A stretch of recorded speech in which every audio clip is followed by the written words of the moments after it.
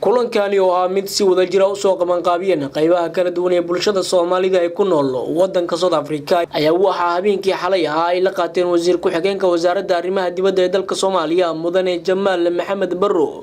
waxaana kulankani la isku dhaafsaday warbixino iyo macluumaad ku aadan xaaladaha Soomaalida iyo xiriirka labada dawladood ee Soomaaliya South Africa ambassadorka Soomaaliya u fadhiya dalka South Africa oo kulanka goobjoog ka ah ayaa waxa uu shaaca ka qaaday in safaaradda Soomaaliya iminka bilaabayso qorshaheeda labaad oo ku aadan diiwaangelinta Soomaalida iyo ka warqabka dadka sida macna darrada loogu dilo tuulooyinka wadanka South Africa.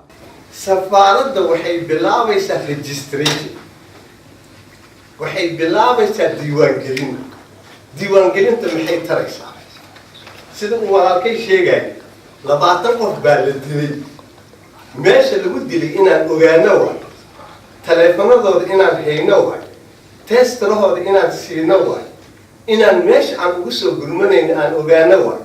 inaan u qabano abukaatiyal kadibna aan u doodno waa mudane Jamaal Maxamed Barro wasiir ku xigeenka wasaaradda arrimaha dibadda Soomaaliya oo isna kulanka ka hadlay ayaa jaaliyada Soomaalida ay ku nool magaalada Cape Town uga warbixiyay qorshaha wasaaradda arrimaha dibadda ee ku aadan Soomaalida ku nool dalalka caalamka. siyaasaddeena arrimaha dibadda waxa waaye qof kasto Soomaali ah dibadda joogo waa inuu helaa qof kasto Soomaali ah gudaha joogo oo ka ugu horeysa nabadgeliyo inuu helo inuu meesha si ku ganacsan karo sharci ku joogi karo haddii dib loo geysto cid u doodaysa heli karo ayaa siyaasadda arrimaha dibadda koow ka tahay. laba waxay ka tahay image-ka sharafta Soomaalida in la soo celiyo si lagu soo celin karaa dhammaantiin sharafka kaliya aan safiir ma dhammaantiin safiir ma inta safiirkana way inaan qaadnaa loo qofka Soomaali qof sifooyinkaas oo wanaagsan leh waa meeshii ugu arkaba aan marka waxaan ma dhigsan jirin adoo dhigsanaa sababta xoogaa waa soo socda marka way inaan dhihi kartaa ku faani kartaa Soomaali baan ahay. kasoo qaybgalayaasha kulanka oo markii uu soo dhamaaday kadib la hadlay warbaahinta